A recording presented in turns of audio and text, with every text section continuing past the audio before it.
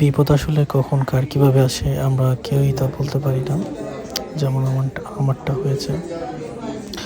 যাই হোক, অনেকদিন ধরেই অসুস্থ ছিলাম, বাট ফাইনালি আজকে কিছু করার নেই, আসতেই হয়েছে। যদি হসপিটালে আসাটা আমার তো একদমই পছন্দ না, হয়তো বা কারোই পছন্দ না। আমি হসপিটাল থেকে আসলে ভয়েসটা দিচ্ছি। আসলে যখন আপনি অসুস্থ হবেন তখন আপনি রিয়েলাইজ করবেন যে লাইফে আপনি কত অসহায়। বিকজ অসুস্থ হলে আসলে মন মানসিকতা কোনো কিছুই ভালো লাগে না। আর যারা প্রবাস জীবন করেন তাদের যে ব্যাপারটা তো আলাদা হিসাব। একটা জিনিস মনে রাখবেন, লাইফে আসলে আপন মানুষের থেকে পর মানুষই আপনার জন্য অনেক কিছু করবে। যাদেরকে আপনি চিনবেন না, জানবেন না, যাদের সাথে আপনার কখনো ওরকম অনেক বছরের সম্পর্ক ছিল না, তারাই আপনার জন্য অনেক কিছু করবে। কি আর বলবো, এই ওয়েটিং জোনে ওয়েট করতে করতে সময় যেন যাচ্ছে না। মনে হইতেছে প্রতিটা মুহূর্ত কেমন যাচ্ছে নিজেও জানি না।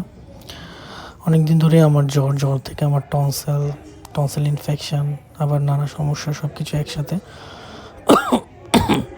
প্রথমে ইমার্জেন্সিতে গিয়েছিলাম, যাওয়ার পর ডক্টর কিছু অ্যান্টিবায়োটিক দিল, স্যালাইন দিয়েছিল, কারণ আমার শরীরে এগুলো অনেক বেশি প্রয়োজন নাকি, ভাইরাস টাইপের।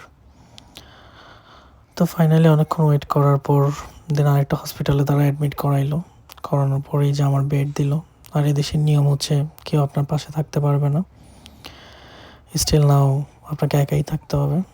একটা ওদের দেখা করার একটা সময় থাকে যে 3টা থেকে মেবি 6টা, আবার 7টা থেকে 8টা।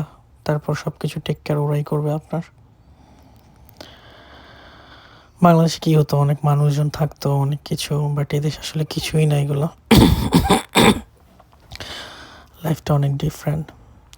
অসুস্থ হওয়ার পর রিয়েলাইজ করলাম আসলে জীবনে কাজের জন্য করেছিলাম আর কাজের জন্য করি নাই, কিংবা কি। লাইফে যাদের জন্য আপনি কিছুই করবেন না, ওই মানুষগুলো আপনার জন্য অনেক কিছু করবে না চাইতেই। আল্লাহরই দুনিয়ায় কেউ কাউকে আসলে ঠেকায় না।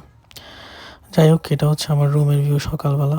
হোপসো আজকে সকালটা আমার ভালো কাটবে আর ভালোভাবে বাসায় যেতে চাই আমিও খুব জলদি। ব্রেকফাস্ট মেনুতে নর্মাল ব্রেড আর কফি খেয়েছিলাম। আর এই তো, কি বলবো, আসলে খারাপ লাগে আসলে দেশের বাইরে একা থাকি, তো এইটা হচ্ছে সবচেয়ে বড় খারাপ লাগার। বাট কিছু করার নেই, বাস্তবতা অনেক কঠিন, এই দুনিয়ার মানুষও অনেক কঠিন। সো ওভাবেই চলতে হবে। সবাই আমার জন্য দোয়া করবেন।